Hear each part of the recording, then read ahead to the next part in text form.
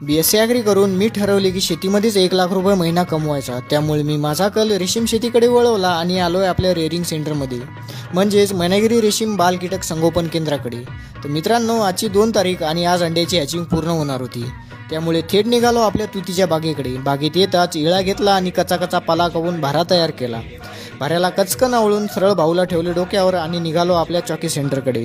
आत येताच भारा दणकन आदळला आणि बसलो पानं आणि फांद्या सेपरेट करण्यासाठी। सध्या अळी एकदम नाजूक कंडिशनमध्ये असल्यामुळे त्यांना कोवळा पालाच टाकावा लागणार, त्यामुळे पाला मशीनमध्ये बारीक करून घेतला।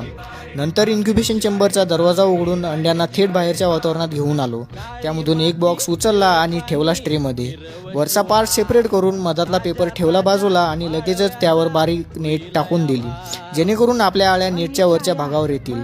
बारीक केलेला पाला टोपल्यात घेतला आणि अळ्यांना एकदम हळुवारपणे टाकला। त्यावर एक पॅराफिन टाकून लगेच एका स्ट्रेचं काम पूर्ण झालं आणि अजून असे 80 स्ट्रे बाकी आहेत। तर मित्रांनो, तुम्हालाही रेशीम शेतीबद्दल इत्थंभूत माहिती पाहिजे असेल तर कमेंट करा रेशीम।